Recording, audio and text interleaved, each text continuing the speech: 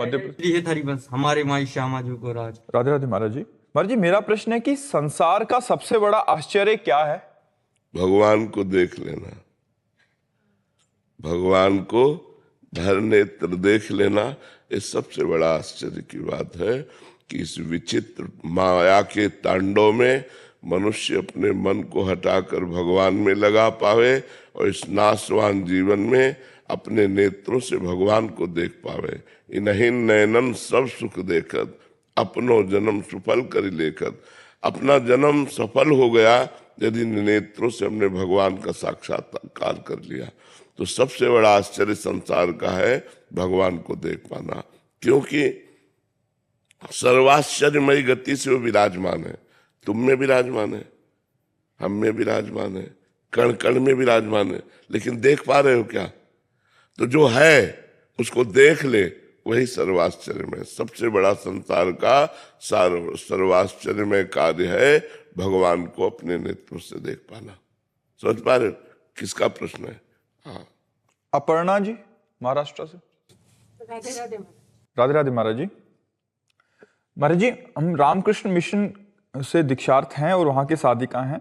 महाराज जी, मांडुक्य उपनिषद में कहा गया है कि जागृत, स्वप्न और सुषुप्ति ये तीनों मन का संपादन मात्र है। महाराज जी, मन की शुद्धि के लिए गुरु मंत्र जाप या नाम जप करना है। मन की गति का शांत होना श्वास की गति और निष्कामता से आएगा, लेकिन क्या मन का स्पंदन जो इस अवस्था का कारण है, क्या उसे नियंत्रण में लाया जा सकता है? मन ही नहीं रह जाएगा। आप साधना तो कीजिए, मन का स्पंदन या मन की स्फुरना या मन की वृत्तियां ये तो छोड़ दो, मन ही नहीं रह जाएगा।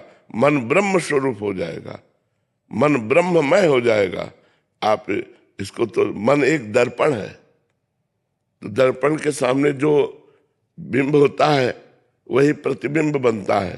तो दर्पण के सामने अगर हमने पार्थिव शरीर रख दिए तो मन पार्थिव चिंतन करेगा, और अगर उसमें हमने ब्रह्म रख दिया तो ब्रह्म का स्वरूप उसमें झलकने लगेगा।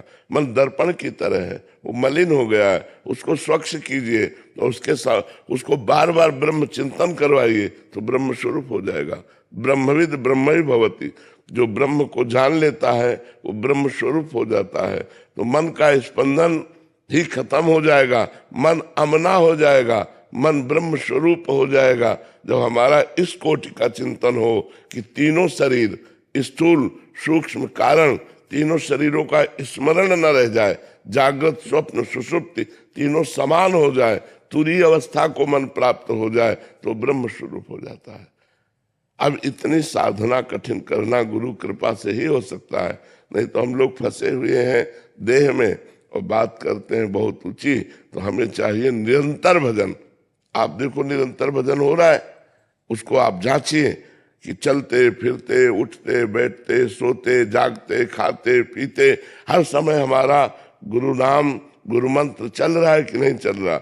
बस इसको पकड़ लो, मन ठीक हो जाएगा, मन अमना हो जाएगा, मन भगवत स्वरूप हो जाएगा, मन ब्रह्ममय हो जाएगा। यही मन ब्रह्म का अनुभव कराता है, क्योंकि इंद्रियाणाम मनश्चास्मि, भगवान ने कहा इंद्रियों में मन मैं हूँ, अर्थात मन भगवत स्वरूप है, पर विषय चिंतन के कारण वो मलिन हो गया है। उसे अब भगवत चिंतन के द्वारा, ब्रह्म चिंतन के द्वारा हमें परम पवित्र करना है। और जब परम पवित्र हो जाएगा तो मन ब्रह्ममय, बुद्धि ब्रह्ममय, चित्त ब्रह्ममय, अहम ब्रह्ममय, ब्रह्म के सिवा कुछ नहीं। सर्वम खलमिदम ब्रह्म ने नानास्ति किंचन, ब्रह्म के सिवा कुछ नहीं बचता, केवल ब्रह्म बचता है।